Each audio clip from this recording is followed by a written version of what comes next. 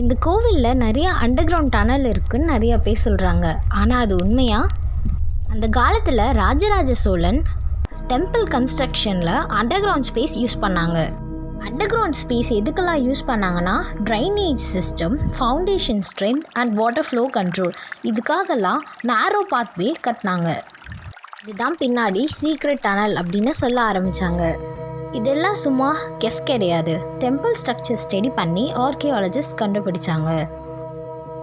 Archaeological survey of India இதை research பண்ணி confirm பண்ணியிருக்காங்க. அப்போது அந்த அண்டர் கிரவுண்ட் டனல்லாம் எதுக்கு யூஸ் பண்ணாங்கன்னா water drainage, building strength and maintenance access. இது ஃபுல்லாக சேஃப்டிக்காக தான் டிசைன் பண்ணியிருக்காங்க, சீக்ரெட் எஸ்கேப்காக இல்லை. சில ஒர்க்கர்ஸ் இந்த கோவிலை ரிப்பேர் பண்ணும்போது கீழே உள்ளீடற்ற ஸ்பேஸ், அதாவது ஹாலோ ஸ்பேஸ் இருக்கணும் அப்படின்னு நினச்சாங்க.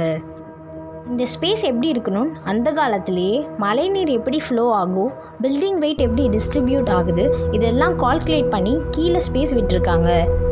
உண்மை என்னென்னா இது ஒரு ரகசிய சுரங்கம் இல்லை, இது ஒரு ஹிடன் இன்ஜினியரிங் சிஸ்டம். அந்த காலத்திலேயே அட்வான்ஸ்ட் சிவில் டிசைன். இன்னும் ஒரு மிஸ்ட்ரி இருக்குது. இன்னும் எல்லா பார்ட்ஸும் எக்ஸ்ப்ளோர் பண்ணலை, சில ஹிடன் பார்ட்ஸ் இருக்குது. So mysteries are live.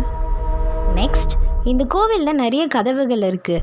ஆனால் சில கதவுகளுக்கு மக்களை அலோவ் பண்ணுறதில்ல. ஏன் அந்த கதவுக்கு முன்னாடி மக்களை அலோவ் பண்ண மாட்டேங்கிறாங்க? ஒரு வேளை பழைய ட்ரெஷர் இருக்குமா, இல்லை ரகசிய அறையா? ஏன் அதை ஓப்பன் பண்ண மாட்டேங்கிறாங்க? அதுக்குள்ளே இருக்க உண்மை என்ன? நெக்ஸ்ட் எபிசோடில் பார்க்கலாமா?